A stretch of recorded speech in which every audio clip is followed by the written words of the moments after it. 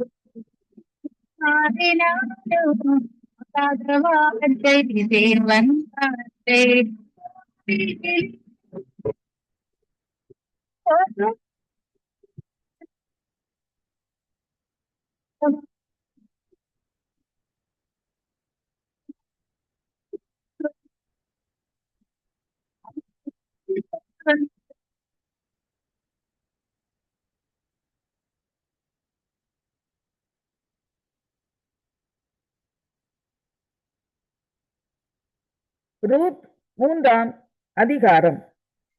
பின்பு அவள் மாமியாகிய நகோமி அவளை நோக்கி, என் மகளே, நீ சுகமாய் வாழ்ந்திருக்கும்படி நான் உனக்கு சௌக்கியத்தை தேடாதிருப்பேனோ? நீ போவாசின் வேலைக்காரிகளோட கூடியிருந்தாயே, அவன் நம்முடைய உறவின் முறையான் அல்லவா? இதோ அவன் இன்று ராத்திரி களத்திலே வாட்கோதுமை தூற்றுவான். நீ குளித்து எண்ணெய் பூசி உன் வஸ்திரங்களை உடுத்தி கொண்டு அந்த களத்திற்கு போ.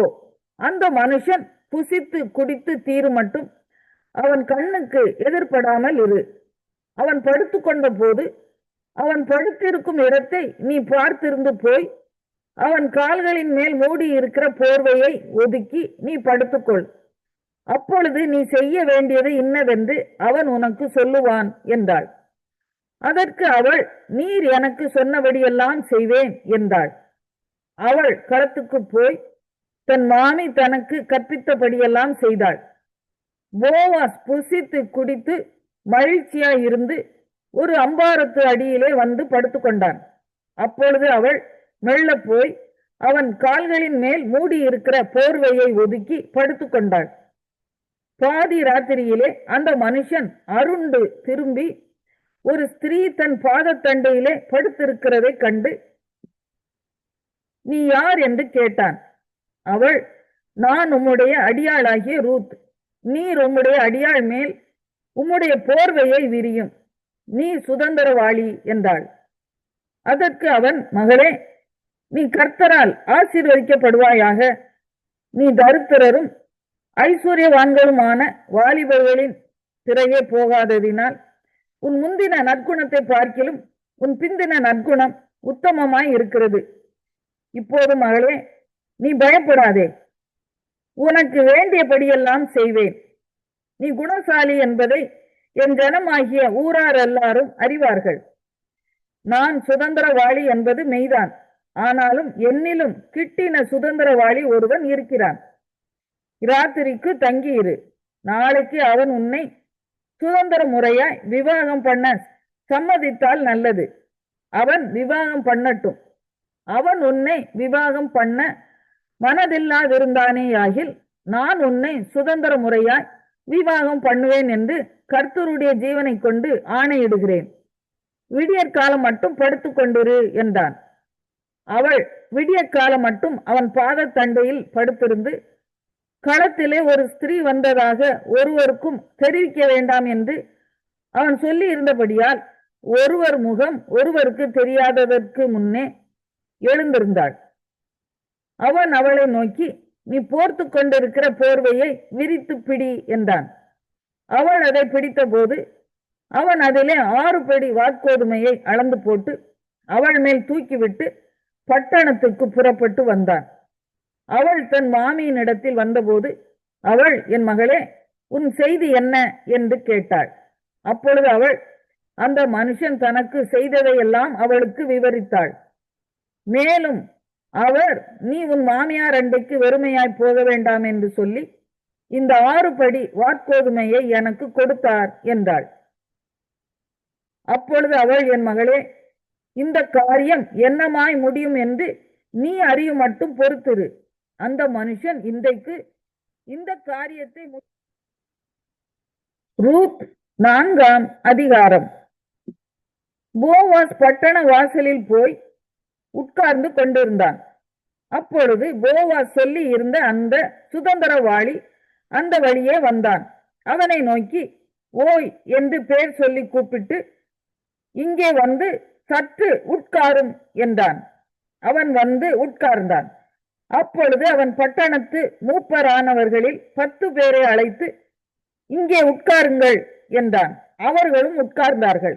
அப்பொழுது அவன் அந்த சுதந்திரவாளியை நோக்கி, எலிமலேக் என்னும் நம்முடைய சகோதரனுக்கு இருந்த வயல் நிலத்தின் பங்கை மோவாப் தேசத்திலிருந்து திரும்பி வந்த நகோமி விற்கப் போகிறாள். ஆகையால் நீர் அதை ஊராருக்கு முன்பாகவும் என் ஜனத்தின் மூப்பருக்கு முன்பாகவும் வாங்கிக் கொள்ளும்படி உமக்கு அறிய பண்ண வேண்டும் என்றிருந்தேன். நீர் அதை சுதந்திர முறையாக மீட்டுக்கொள்ள மனதாயிருந்தால் மீட்டுக்கொள்ளும். அதை மீட்டுக்கொள்ள மனதில்லாதிருந்தால் நான் அதை அறியும்படிக்கு எனக்கு சொல்லும்.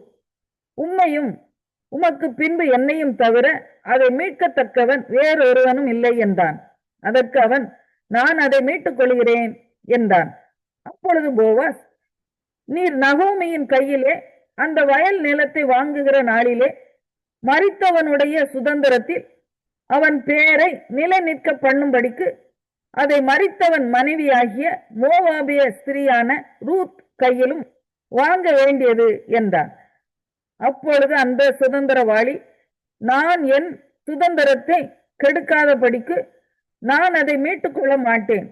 நான் மீட்கத்தக்கதை நீர் மீட்டுக்கொள்ளும். நான் அதை மீட்டுக்கொள்ள மாட்டேன் என்றான். மீட்கிறதிலும் மாற்றுகிறதிலும் சகல காரியத்தையும் உறுதிப்படுத்தும்படிக்கு இஸ்ரவேலிலே பூர்வ கால வழக்கம் என்னவென்றால், ஒருவன் தன் பாதரட்சையை கழற்றி மற்றவனுக்கு கொடுப்பான். இது இஸ்ரவேலிலே வழங்கின உறுதிப்பாடு. அப்படியே அந்த சுதந்திரவாளி போவாசை நோக்கி, நீர் அதை வாங்கிக் கொள்ளும் என்று சொல்லி தன் பாதரட்சையை கழற்றி போட்டான். அப்பொழுது போவாஸ் மூப்பரையும் சகல ஜனங்களையும் நோக்கி, எலிமலேக்குக்கு இருந்த எல்லாவற்றையும் கிலியோனுக்கும் மக்லோனுக்கும் இருந்த எல்லாவற்றையும் நகோமியின் கையிலே வாங்கிக் கொண்டேன் என்பதற்கு இன்றைய தினம் நீங்கள் சாட்சி. இதுவும் அல்லாமல் மரித்தவனுடைய சகோதரருக்குள்ளும் ஊராருக்குள்ளும் அவனுடைய பேர் அற்று போகாமல் மரித்தவனுடைய சுதந்திரத்திலே அவன் பேரை நிலைநிறுத்த நான் மக்லோனின் மனைவியாய் இருந்த மோவாபிய ஸ்திரீயான ரூத்தை எனக்கு மனைவியாக கொண்டேன். அதற்கும் இன்றைய தினம் நீங்கள் சாட்சி என்றான். அப்பொழுது ஒலிமுக வாசலில் இருக்கிற சகல ஜனங்களும் மூப்பரானவர்களும் அவனை நோக்கி, நாங்கள் சாட்சிதான். உன் வீட்டிலே வருகிற மனைவியை கர்த்தர் இஸ்ரவேல் வீட்டை கட்டுவித்த 2 பேராகிய ராகேலை போலவும் லேயாளை போலவும் வாழ்ந்திருக்க செய்வாராக. நீ எப்பிராத்தாவிலே பாக்கியவானாய் இருந்து பெத்லகேமிலே புகழ் பெற்றிருக்க கடவாய். இந்த பெண்ணிடத்திலே கர்த்தர் உனக்கு அருளி செய்ய போகிற சந்தானத்தினாலே உன் வீடு தாமார் யூதாவுக்கு பெற்ற பேரேசின் வீட்டை போல ஆக கடவது என்றார்கள். போவாஸ் ரூத்தை விவாகம் பண்ணினான். அவள் அவனுக்கு மனைவியானாள்.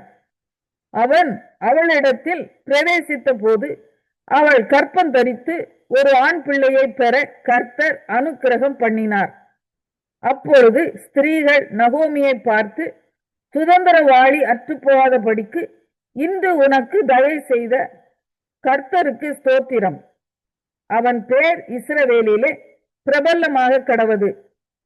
அவன் உன் ஆத்துமாவுக்கு ஆறுதல் செய்கிறவனும் உன் முதிர் வயதிலே உன்னை ஆதரிக்கிறவனுமாய் இருக்க கடவன். உன்னை சிநேகித்து 7 குமாரரை பார்க்கிலும் உனக்கு அருமையாய் இருக்கிற உன் மருமகள் அவனை பெற்றாளே என்றார்கள்.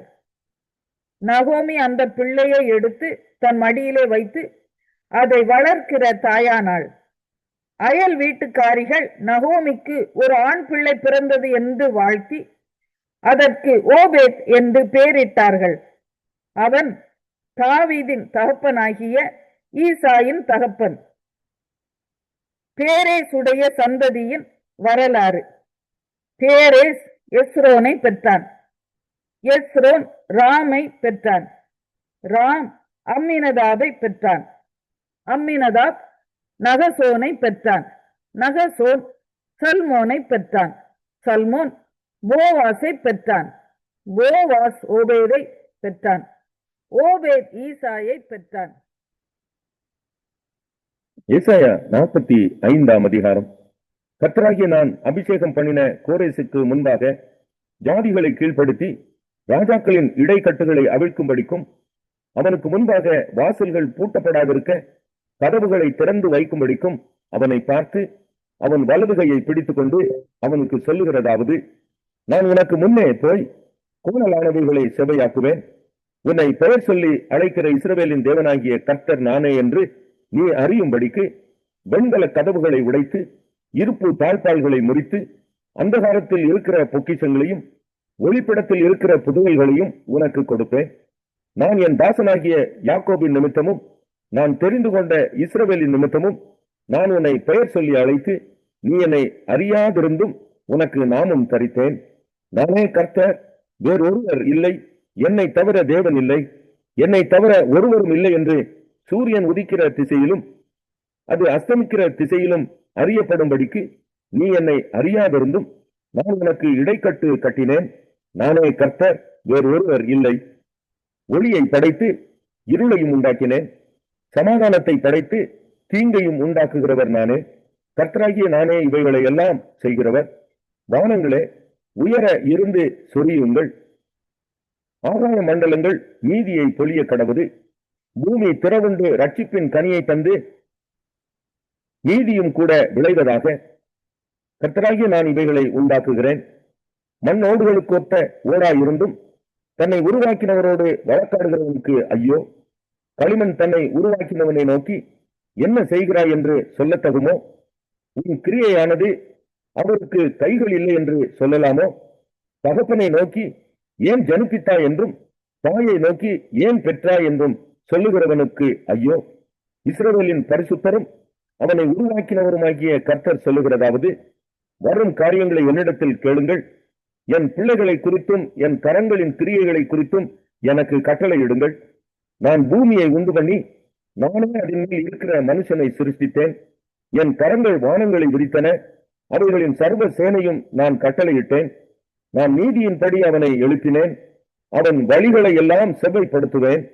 அவன் என் நகரத்தை கட்டி சிறைப்பட்டு போன என்னுடையவர்களை கிரயமில்லாமலும் பரிதானம் இல்லாமலும் விடுதலை ஆக்குவான் என்று சேனைகளின் கர்த்தர் சொல்லுகிறார்.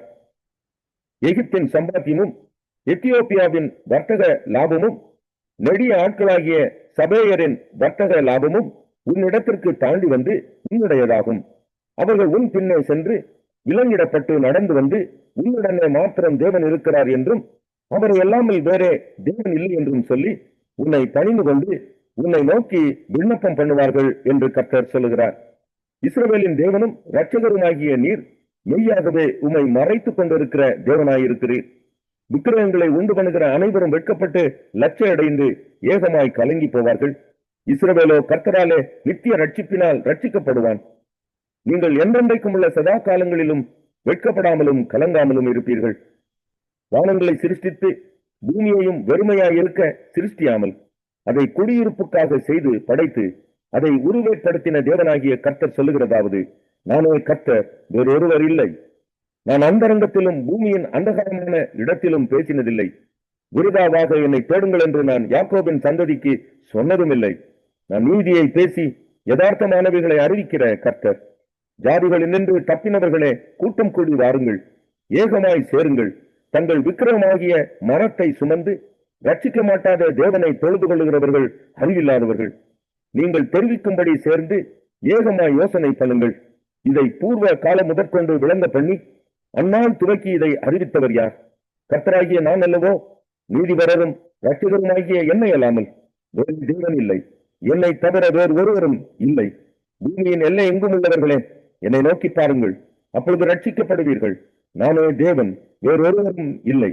முழங்கால் யாவும் எனக்கு முன்பாக முடங்கும், நான் யாவும் என்னை முன்னிட்டு ஆணையிடும் என்று நான் என்னை கொண்டே ஆணையிட்டிருக்கிறேன். இந்த நீதியான வார்த்தை என் வாயிலிருந்து புறப்பட்டது, இது மாறுவது இல்லை என்கிறார். கர்த்தரிடத்தில் மாத்திரம் நீதியும் வல்லமையும் உண்டென்று அவனவன் சொல்லி அவரிடத்தில் வந்து சேருவான். அவருக்கு விரோதமாய் எரிச்சல் கொண்டிருக்கிற யாவரும் வெட்கப்படுவார்கள். இஸ்ரவேலின் சந்ததியாகிய யாவரும் கர்த்தருக்குள் திவ்ய வாசகனாகிய யோவானுக்கு வெளிப்படுத்தின விசேஷம். 1ஆம் அதிகாரம். சீக்கிரத்தில் சம்பவிக்க வேண்டியவைகளை தம்முடைய ஊழியக்காரருக்கு காண்பிக்கும் பொருட்டு தேவன் இயேசு கிறிஸ்துவுக்கு ஒப்புவித்ததும் இவர் தம்முடைய தூதனை அனுப்பி தம்முடைய ஊழியக்காரனாகிய யோவானுக்கு வெளிப்படுத்தினதுமான விசேஷம். இவன் தேவனுடைய வசனத்தை குறித்தும் இயேசு கிறிஸ்துவை பற்றிய சாட்சியை குறித்தும் தான் கண்ட யாவற்றையும் சாட்சியாக அறிவித்திருக்கிறான். இந்த தீர்க்க தரிசன வசனங்களை வாசிக்கிறவனும் கேட்கிறவர்களும் இதில் எழுதியிருக்கிறவைகளை கை கொள்ளுகிறவர்களும் பாக்கியவான்கள். காலம் சமீபமாயிருக்கிறது. யோவான் ஆசியாவில் உள்ள 7 சபைகளுக்கும் எழுதுகிறதாவது, இருக்கிறவரும் இருந்தவரும் வருகிறவருமானவராலும் அவருடைய சிங்காசனத்திற்கு முன்பாக இருக்கிற 7 ஆவிகளாலும் உண்மையுள்ள சாட்சியும் மரித்தோரிலிருந்து முதற் பிறந்தவரும் பூமியின் ராஜாக்களுக்கு அதிபதியுமாகிய இயேசு கிறிஸ்துவினாலும் உங்களுக்கு கிருபையும் சமாதானமும் உண்டாவதாக. நம்மிடத்தில் அன்பு கூர்ந்து தமது இரத்தத்தினாலே நம்முடைய பாவங்களற நம்மை கழுவி தம்முடைய பிதாவாகிய தேவனுக்கு முன்பாக நம்மை ராஜாக்களும் ஆசாரியர்களும் ஆக்கின அவருக்கு மகிமையும் வல்லமையும் என்றென்றைக்கும் உண்டாயிருப்பதாக. ஆமேன். இதோ மேகங்களுடனே வருகிறார். கண்கள் யாவும் அவரை காணும். அவரை குத்தினவர்களும் அவரை காண்பார்கள். பூமியின் கோத்திரத்தார் எல்லாரும் அவரை பார்த்து புலம்புவார்கள். அப்படியே ஆகும். ஆமேன். இருக்கிறவரும் இருந்தவரும் வருகிறவருமாகிய சர்வ வல்லமையுள்ள கர்த்தர், நான் ஆல்பாவும் ஒமேகாவும் ஆதியும் அந்தமுமாய் இருக்கிறேன் என்று திருவுளம் பற்றுகிறார். உங்கள் சகோதரனும் இயேசு கிறிஸ்துவின் நிமித்தம் வருகிற உபத்திரவத்திற்கும் அவருடைய ராஜ்யத்திற்கும் அவருடைய பொறுமைக்கும் உங்கள் உடன் பங்காளனுமாய் இருக்கிற யோவானாகிய நான் தேவ வசனத்தின் நிமித்தமும் இயேசு கிறிஸ்துவை பற்றிய சாட்சியின் நிமித்தமும் பத்மு என்னும் தீவிலே இருந்தேன். கர்த்தருடைய நாளில் ஆவிக்குள்ளானேன். அப்பொழுது எனக்கு பின்னாலே எக்கால சத்தம் போன்ற பெரிதான ஒரு சத்தத்தை கேட்டேன். அது, நான் ஆல்பாவும் ஒமேகாவும் முந்தினவரும் பிந்தினவருமாய் இருக்கிறேன். நீ காண்கிறதை ஒரு புஸ்தகத்தில் எழுதி ஆசியாவில் இருக்கிற எபேசு, சிமிர்னா, பெர்கமு, தியத்திரா, சர்தை, பிலடெல்பியா, லவோதிக்கா என்னும் பட்டணங்களில் உள்ள 7 சபைகளுக்கும் அனுப்பு என்று விளம்பினது. அப்பொழுது என்னுடனே பேசின சத்தத்தை பார்க்க திரும்பினேன். திரும்பின பொழுது 7 பொன் குத்து விளக்குகளையும் அந்த 7 குத்து விளக்குகளின் மத்தியிலே நிலையங்கி தரித்து மார்பிலே பொற்கச்சை கட்டியிருந்த மனுஷகுமாரனுக்கு ஒப்பானவரையும் கண்டேன். அவருடைய சிரசும் மயிரும் வெண்மை பஞ்சை போலவும் உறைந்த மலையைப் போலவும் வெண்மையாயிருந்தது. அவருடைய கண்கள் அக்கினி ஜுவாலையைப் போலிருந்தது. அவருடைய பாதங்கள் உலைக்களத்தில் காய்ந்த பிரகாசமான வெண்கலம் போலிருந்தது. அவருடைய சத்தம் பெருவெள்ளத்து இரைச்சலை போலிருந்தது. தமது வலது கரத்திலே 7 நட்சத்திரங்களை ஏந்தி கொண்டிருந்தார். அவர் வாயிலிருந்து இருபுறமும் கருக்குள்ள பட்டயம் புறப்பட்டது. அவருடைய முகம் வல்லமையாய் பிரகாசிக்கிற சூரியனை போலிருந்தது. நான் அவரை கண்டபோது செத்தவனைப் போல அவருடைய பாதத்தில் விழுந்தேன். அப்பொழுது அவர் தம்முடைய வலது கரத்தை என் மேல் வைத்து என்னை நோக்கி, பயப்படாதே, நான் முந்தினவரும் பிந்தினவரும் உயிருள்ளவருமாய் இருக்கிறேன். மரித்தேன், ஆனாலும் இதோ சதா காலங்களிலும் உயிரோடு இருக்கிறேன். ஆமேன். நான் மரணத்திற்கும் பாதாளத்திற்கும் உரிய திறவுகோல்களை உடையவராய் இருக்கிறேன். நீ கண்டவைகளையும் இருக்கிறவைகளையும் இவைகளுக்கு பின்பு சம்பவிப்பவைகளையும் எழுது. என் வலது கரத்தில் நீ கண்ட 7 நட்சத்திரங்களின் ரகசியத்தையும் 7 பொன் குத்து விளக்குகளின் ரகசியத்தையும் எழுது. அந்த 7 நட்சத்திரங்களும் 7 சபைகளின் தூதர்களாம். நீ கண்ட 7 குத்து விளக்கு. வெளிப்படுத்தின விசேஷம் 2ஆம் அதிகாரம்.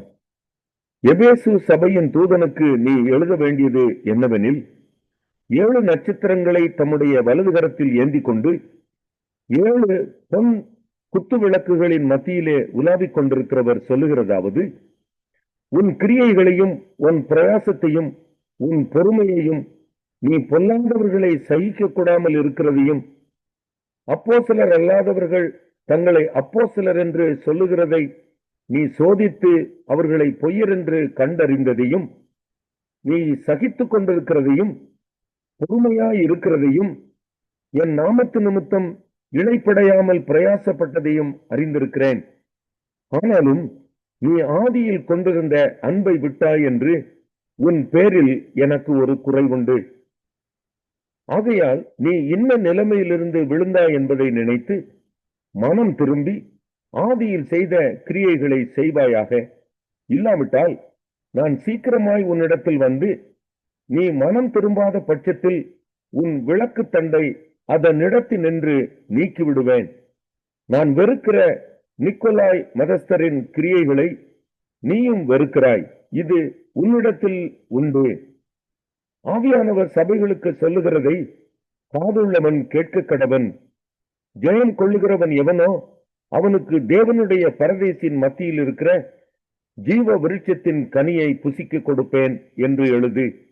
சிமிர்னா சபையின் தூதனுக்கு நீ எழுத வேண்டியது என்னவெனில், முந்தினவரும் பிந்தினவரும் மறுத்திருந்து பிழைத்தவருமானவர் சொல்லுகிறதாவது, உன் கிரியைகளையும் உன் உபத்திரவத்தையும் நீ ஐஸ்வர்யம் உள்ளவனாயிருந்தும் உனக்கு இருக்கிற தரித்திரத்தையும் தங்களை யூதர் என்று சொல்லியும் யூதராயிராமல் சாத்தானுடைய கூட்டமாய் இருக்கிறவர்கள் செய்யும் தூஷணத்தையும் அறிந்திருக்கிறேன். நீ படப்போகிற பாடுகளை குறித்து எவ்வளவும் பயப்படாதே. இதோ நீங்கள் சோதிக்கப்படும் பொருட்டாக பிசாசானவன் உங்களில் சிலரை காவலில் போடுவான். 10 நாள் உபத்திரவப்படுவீர்கள். ஆயிலும் நீ மரண பரியந்தம் உண்மையாயிரு. அப்பொழுது ஜீவ கிரீடத்தை உனக்கு தருவேன். ஆவியானவர் சபைகளுக்கு சொல்லுகிறதை காதுள்ளவன் கேட்க கடவன். ஜெயம் கொள்ளுகிறவன் 2ஆம் மரணத்தினால் சேதப்படுவதில்லை என்று எழுது. பெர்கமு சபையின் தூதனுக்கு நீ எழுத வேண்டியது என்னவெனில், இருபுறமும் கருப்புள்ள பட்டயத்தை உடையவர் சொல்லுகிறதாவது, உன் கிரியைகளையும் சாத்தானுடைய சிங்காசனம் இருக்கிற இடத்தில் நீ குடியிருக்கிறதையும் நீ என் நாமத்தை பற்றி கொண்டிருக்கிறதையும் சாத்தான் குடிகொண்டிருக்கிற இடத்தில் உங்களுக்குள்ளே எனக்கு உண்மையுள்ள சாட்சியான அந்திப்பா என்பவன் கொல்லப்பட்ட நாட்களிலும் என்னை பற்றும் விசுவாசத்தை நீ மறுதலியாமல் இருந்ததையும் அறிந்திருக்கிறேன். ஆகிலும் சில காரியங்களை குறித்து உன் பேரில் எனக்கு குறைவுண்டு. விக்கிரகங்களுக்கு படைத்தவைகளை புசிப்பதற்கும் வேசித்தனம் பண்ணுவதற்கும் ஏதுவான இடரலை இஸ்ரவேல் புத்திரர் முன்பாக போடும்படி பாலாக் என்பவனுக்கு போதனை செய்த பிலேயாமுடைய போதகத்தை கைக்கொள்ளுகிறவர்கள் உன்னிடத்தில் உண்டு. அப்படியே நிக்கோலாய் மதஸ்தருடைய போதகத்தை கைக்கொள்ளுகிறவர்களும் உன்னிடத்தில் உண்டு. அதை நான் வெறுக்கிறேன். நீ மனம் திரும்பு, இல்லாவிட்டால் நான் சீக்கிரமாய் உன்னிடத்தில் வந்து என் வாயின் பட்டயத்தால் அவர்களோட யுத்தம் பண்ணுவேன். ஆவியானவர் சபைகளுக்கு சொல்லுகிறதை காதுள்ளவன் கேட்க கடவன். ஜெயம் கொள்ளுகிறவனுக்கு நான் மறைவான மன்னாவை புசிக்க கொடுத்து அவனுக்கு வெண்மையான குறிக்கல்லையும் அந்த கல்லின் மேல் எழுதப்பட்டதும் அதை பெறுகிறவனே அன்றி வேறு ஒன்றும் அறியக்கூடாததுமாகிய புதிய நாமத்தை கொடுப்பேன் என்று எழுது. தியத்தீரா சபையின் தூதனுக்கு நீ எழுத வேண்டியது என்னவெனில், அக்கினி ஜுவாலை போன்ற கண்களும் பிரகாசமான வெண்கலம் போன்ற பாதங்களும் உள்ள தேவகுமாரன் சொல்லுகிறதாவது, உன் கிரியைகளையும் உன் அன்பையும் உன் ஊழியத்தையும் உன் விசுவாசத்தையும் உன் பொறுமையையும் நீ முன்பு செய்த கிரியைகளிலும் பின்பு செய்த கிரியைகள் அதிகமாய் இருக்கிறதையும் அறிந்திருக்கிறேன். ஆகிலும் உன் பேரில் எனக்கு குறைவுண்டு. என்னவெனில், தன்னை தீர்க்கதரிசி என்று சொல்லுகிற ஏசபேல் என்னும் ஸ்திரியானவள் என்னுடைய ஊழியக்காரர் வேசித்தனம் பண்ணவும் விக்கிரகங்களுக்கு படைத்தவர்களை புசிக்கவும் அவர்களுக்கு போதித்து அவர்களை வஞ்சிக்கும்படி நீ அவளுக்கு இடம் கொடுக்கிறாய். அவள் மனம் திரும்பும்படியாய் அவளுக்கு தவணை கொடுத்தேன். தன் வேசி மார்க்கத்தை விட்டு மனம் திரும்ப அவளுக்கு விருப்பம் இல்லை. இதோ நான் அவளை கட்டில் கிடையாக்கி அவளுடனே விபசாரம் செய்தவர்கள் தங்களுடைய கிரியைகளை விட்டு மனம் திரும்பாவிட்டால் அவர்களையும் மிகுந்த உபத்திரவத்திலே தள்ளி அவளுடைய பிள்ளைகளையும் கொல்லவே கொல்லுவேன். அப்பொழுது நானே உள்ள கிரியங்களையும் இருதயங்களையும் ஆராய்கிறவர் என்று எல்லா சபைகளும் அறிந்து கொள்ளும். அன்றியும் உங்களில் ஒவ்வொருவருக்கும் உங்கள் கிரியைகளின்படியே பலனளிப்பேன். தியத்தீராவிலே இந்த போதகத்தை பற்றி கொள்ளாமலும் சாத்தானுடைய ஆழங்கள் என்று அவர்கள் சொல்லுகிறார்களே, அந்த ஆழங்களை அறிந்து கொள்ளாமலும் இருக்கிற மற்றவர்களாகிய உங்களுக்கு நான் சொல்லுகிறதாவது, உங்கள் மேல் வேறொரு பாரத்தையும் சுமத்த மாட்டேன். உங்களுக்குள்ளதை நான் வரும் அளவும் பற்றி கொண்டிருங்கள். ஜெயம் கொண்டு முடிவு பரியந்தம் என் கிரியைகளை கை கொள்ளுகிறவன் எவனோ அவனுக்கு நான் என் பிதாவினிடத்தில் அதிகாரம் பெற்றது போல ஜாதிகள் மேல் அதிகாரம் கொடுப்பேன். அவன் இருப்பு கோலால் அவர்களை ஆளுவான். அவர்கள் மண் பாண்டங்களைப் போல நொறுக்கப்படுவார்கள். விடிவெள்ளி நட்சத்திரத்தையும் அவனுக்கு கொடுப்பேன். ஆவியானவர் சபைகளுக்கு சொல்லுகிறது,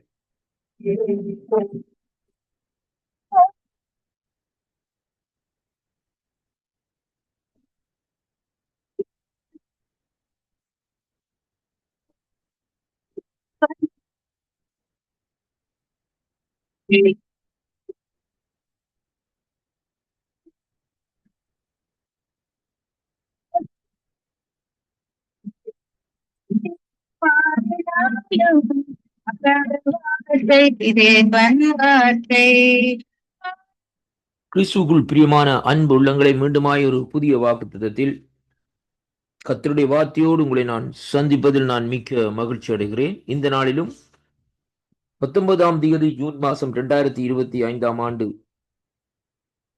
ஆண்டவருடைய வார்த்தை இந்த நாட்களில் நமக்கு இப்படியாக சொல்லுகிறது.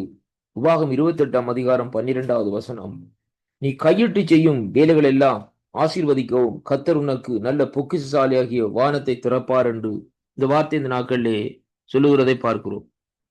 அருமை பிள்ளைகளே, இந்த வார்த்தையை நாங்கள் சற்று ஆராய்ந்து பார்ப்போமா இருந்தால், ஏற்ற காலத்தில் உன் தேசத்தில் மழையை பெய்யவும் நீ கையிட்டு செய்யும் வேலைகளை எல்லாம் ஆசீர்வதிக்கவும் கர்த்தர் உனக்கு நல்ல பொக்கிஷசாலி வானத்தையும் பொக்கிஷசாலி ஆகிய வானத்தை திறப்பார். நீ அநேக ஜாதிகளுக்கு கடன் கொடுப்பாய், நீயோ கடன் வாங்காதிருப்பாய் என்று இந்த வார்த்தை இந்த நாட்களிலே சொல்லுகிறதை பார்க்கிறோம். அருமை பிள்ளைகளே, ஆண்டவருடைய மகத்துவமான அற்புதங்களை இந்த வார்த்தையூடாக நாங்கள் காணலாம். ஆண்டவர் சொல்லுகிறார் நமக்கு, எவ்வளவு காலம் நான் பிரயாசப்பட்டு, மகனே, நான் நீ பிரயாசப்பட்டு இந்த நாட்களிலே, மகளே, நீ இந்த நாட்களிலே கஷ்டத்தோடு வாழ்ந்து கொண்டிருக்கிறாயா? ஆனாலும் ஒரு காரியத்தை அறிந்து கொள், உன்னுடைய வாழ்க்கையிலே, உன்னுடைய குடும்பத்துக்குள்ளே நான் ஏற்ற காலத்திலே, அதாவது உன்னுடைய இடத்திலே, இந்த நாட்கள் நீ வாழுகிற இடத்திலே மழையை பெய்யவும், நீ கையிட்டு செய்யும் வேலைகளை ஆசீர்வதிக்கவும் நான் இந்த நாட்களை கிருபை செய்ய வல்லவராய் இருக்கிறேன் என்று ஆண்டவர் சொல்லுகிறார். கர்த்தருடைய பிள்ளைகளே, நம்முடைய வாழ்க்கையிலே அந்த மழையை தேவனால், ஆண்டவரால் கொடுக்கப்படுகிற அந்த ஆசீர்வாதம் என்கிற மழை, நம்முடைய கட்டுக்கள், நுகங்கள், நோய்கள், பிணியிலே அகப்பட்டிருக்கிற அருமை தம்பி, தங்கச்சி, சகோதர, சகோதரிகளே, இந்த நாளிலும் இவைகளிலே இருந்து நீங்க வேண்டுமா இருந்தால், கர்த்தர் ஏற்ற வேளையிலே, ஏற்ற காலத்திலே தான் உங்களுக்கு அந்த காரியத்தை செய்ய வல்லவராய் இருக்கிறார். அதனாலே அவரை தேடுகிற வேளையிலே அவர் நம்முடைய வாழ்க்கையில் இந்த நாட்களில் அற்புதங்களை செய்கிறார். அருமையான கர்த்தருடைய பிள்ளைகளே, இன்றைக்கு நோயினாலே கட்டப்பட்டு, அல்லது பசி, பட்னி, பிணி போன்ற காரியங்களினால் கட்டப்பட்டு, தரித்திரத்தினால் கட்டப்பட்டு இந்த நாட்களில் இருக்கிறீர்களோ, ஆண்டவர் சொல்லுகிறார், ஏற்ற காலத்திலே உன்னுடைய தேசமாகிய உனக்குள்ளே இந்த நாட்களிலே மழையை நான் அங்கே கட்டளை விடுவேன் என்று சொல்லி இந்த நாட்களிலே சொல்லுகிறதை பார்க்கிறோம். அருமையான கர்த்தருடைய பிள்ளைகளே, வேலை இல்லாதபடி இந்த நாட்களிலே அலைந்து கொண்டிருக்கிற அன்பு சகோதர, சகோதரிகளே, ஆண்டவர் இந்த நாட்களிலே உனக்கு சொல்லுகிற காரியம், ஆண்டவர் இந்த நாட்களில் ஏற்ற காலத்திலே அந்த வேலையை இந்த நாட்களிலே உனக்கு நான் தருவேன். ஏற்ற காலத்திலே உனக்கு ஒரு குடும்ப துணையை, உறவை இந்த நாட்களில் ஏற்படுத்தி தருவேன். ஏற்ற காலத்திலே உனக்கு உன்னுடைய கற்பத்தை இந்த நாட்களை ஆசீர்வதித்து உனக்கு ஒரு குழந்தை இந்த நாட்களை நான் தருவேன் என்று ஆண்டவர் இந்த நாட்களை சொல்லுகிறதை பார்க்கிறோம். ஏனென்றால் வேதம் எப்படியாக அந்த நாட்களை சொல்லுகிறது இந்த அதிகாரத்தை நாங்கள் வாசிப்போமாயிருந்தால், அவர் சொல்லுகிறார், இந்த பகுதியிலே பாருங்கள், கையிட்டு செய்யும் வேலைகளை ஆசீர்வதிக்கவும், அதே வேளையிலே இந்த நாட்களில் ஆண்டவர் சொல்லுகிற காரியம் என்னவென்று சொல்லி சொன்னால், அந்த வேலைகள் மூலமா இந்த நாட்களிலே தேவன் இந்த நாட்களில் அற்புதங்களை செய்யவும் இந்த நாட்களில் இருக்கிறார் என்பதைத்தான் இன்றைக்கு நாங்கள் காணக்கூடியதாக இருக்கிறது. அன்பு பிள்ளைகளே, அருமையான அன்பு சகோதர, சகோதரிகளே, இந்த நாளிலும் இந்த வார்த்தைகளை கேட்கிற ஒவ்வொரு பிள்ளைகளுக்குள்ளேயும் தேவனுடைய ஆசீர்வாதம் இந்த நாட்களிலே அங்கே வந்து இறங்கும், தங்கும் என்பதை பார்க்கக்கூடியதாக இருக்கிறது. ஆண்டவர் சொல்லுகிறார், நல்ல பொக்கிஷ சாலையை திறக்கிறது மட்டுமல்ல, நீ அநேக ஜாதிகளுக்கு கடன் கொடுப்பாய் என்று சொல்லி இந்த நாட்கள் சொல்லப்படுவதை பார்க்கிறோம். ஆனால் நீயோ கடன் வாங்க மாட்டார். இது நம்முடைய வாழ்க்கையிலே சாத்தியப்படக்கூடிய காரியமாக இருக்கா? அன்பு பிள்ளைகளை சற்று நாங்கள் ஆராய்ந்து பார்க்க வேண்டும். அன்பு பிள்ளைகளே, ஆண்டவர் சொல்லுகிறார், இன்றைக்கு நாங்கள் நினைத்து கொண்டிருக்கலாம், ஆண்டவரே, எனக்கு ஏகப்பட்ட கடன் இருக்கிறது, என்னுடைய வாழ்க்கையில் இந்த கடனை நான் எப்படியாக நான் அழிக்க போறேன், கடன்காரன் வந்து கொண்டே இருக்கிறார் என்று சொல்லி. ஆனால் ஆண்டவர் உனக்கு சொல்லுகிற காரியம் என்னவென்றால், நீ அநேக ஜாதிகளுக்கு கடன் கொடுப்பாய், நீ கடன் வாங்க மாட்டாய். அப்படியானால் தேவன் உன்னுடைய வாழ்க்கையிலே இப்பொழுதே அந்த அற்புதத்தை இந்த நாட்களில் செய்ய தேவன் வல்லவராய் இருக்கிறார். நீ அவரை தேடி அவரை நம்பி வருகிற வேளையிலே கர்த்தர் இந்த நாட்களிலே நீ கையிட்டு செய்கிற காரியங்கள்ல இருந்து உன்னுடைய குடும்பத்துக்குள்ளே, உன்னுடைய வாழ்க்கையில் இந்த நாட்களிலே மழையை வர்ஷிக்க பண்ணுகிறது மட்டுமல்ல, உன்னுடைய கடன் பிரச்சனைகள் எல்லாவற்றையும் நீக்கி இந்த நாட்களிலே அற்புதத்தை செய்து நடத்த வல்லவராய் இருக்கிறார். அவர்தான் ஆண்டவராகிய இயேசு கிறிஸ்து என்பதை நீ முதலாவதாக அறிந்திருக்க வேண்டும். அவருடைய நாமத்தை நீ அறிக்கை இடுகிற வேளையிலே, அவருடைய சமூக தண்டையில நீ வருகிற வேளையிலே கர்த்தர் இந்த நாட்களே உனக்காக இப்படிப்பட்ட ஒரு காரியத்தை இந்த நாட்களிலே செய்து முடிக்க அவர் வல்லவராய் இருக்கிறார் என்று சொல்லி நாங்கள் பார்க்கிறோம். கிறிஸ்துவுக்குள் அன்பான அன்பு பிள்ளைகளே, இந்த வாக்குத்தத்தத்தின் ஊடாக உங்களை நான் சந்திப்பதில் நான் மிக்க மகிழ்ச்சி அடைகிறேன். இந்த வாக்குத்தத்தங்களை விசுவாசியுங்கள், தேவனிடத்திலே வந்து சேருங்கள்.